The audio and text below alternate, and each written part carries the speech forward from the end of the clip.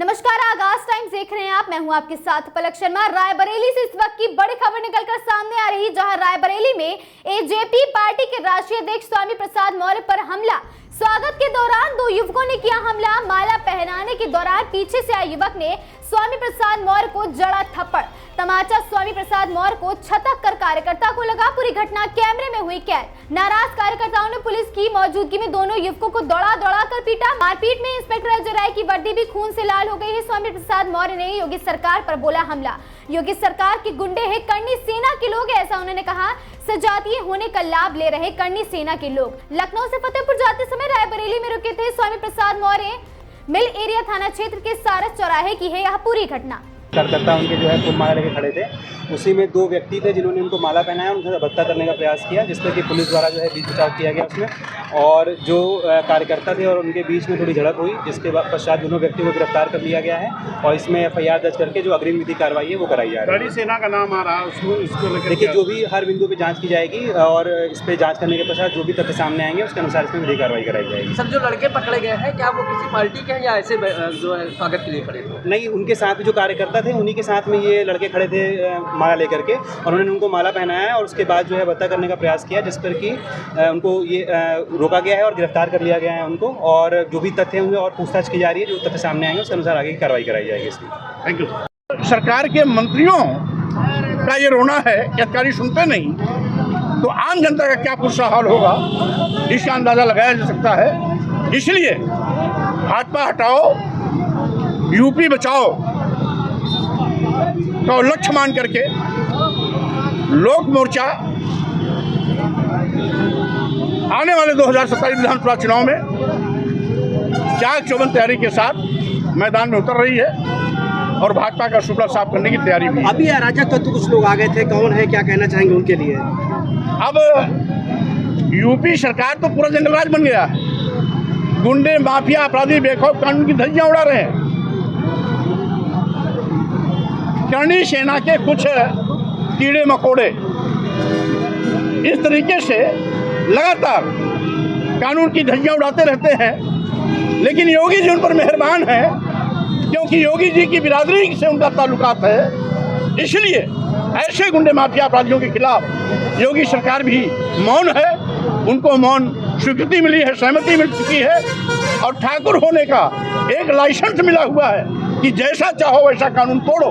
ये करनी सेना के लोग ऐसे ही अराजक तत्व हैं जो उत्तर प्रदेश की कानून व्यवस्था को मिट्टी में मिलाने का काम कर रहे हैं। पुलिस की मौजूदगी में यह मारपीट हुई है।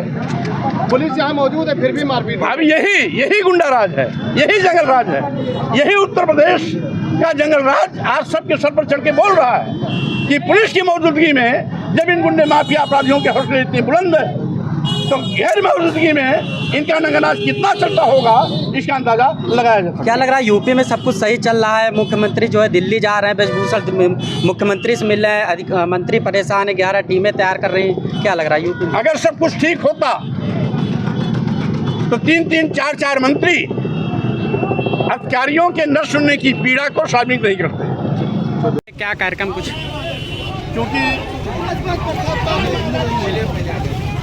क्योंकि कार्यक्रम लोक मोर्चा के कार्यकर्ताओं का सम्मेलन फतेहपुर जनपद स्थित हदगांव में है, जिसको अटेंड करने के लिए मैं वहां जा रहा हूं। और क्योंकि उत्तर प्रदेश सरकार सभी मुद्दों पर पूरी तरीके से फेल हो चुकी है, 2027 में यूपी बचाओ भाजपा हटाओ नारे के साथ लोक मोर्चा पूरी तैयारी के साथ मैदान में उतर रही है। आज योगी सरकार की असफलता का अंदाजा इसलिए लगाया जा सकता है कि उत्तर प्रदेश सरकार के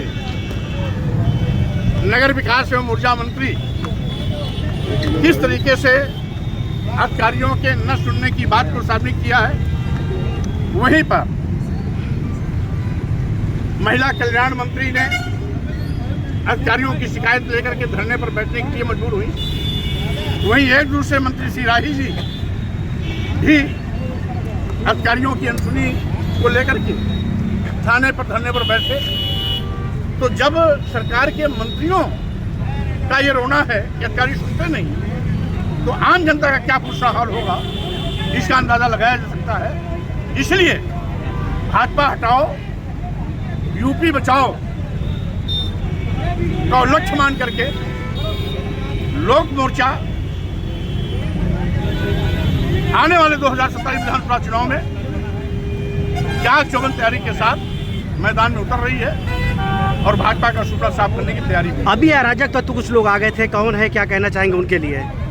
अब यूपी सरकार तो पूरा जंगल राज बन गया, गुंडे माफिया अपराधी बेखौफ कानून की धज्जियां उड़ा रहे हैं। करणी सेना के कुछ कीड़े मकोड़े इस तरीके से लगातार कानून की धज्जियां उड़ाते रहते हैं, लेकिन योगी जी उन पर मेहरबान है क्योंकि योगी जी की बिरादरी से उनका ताल्लुकात है।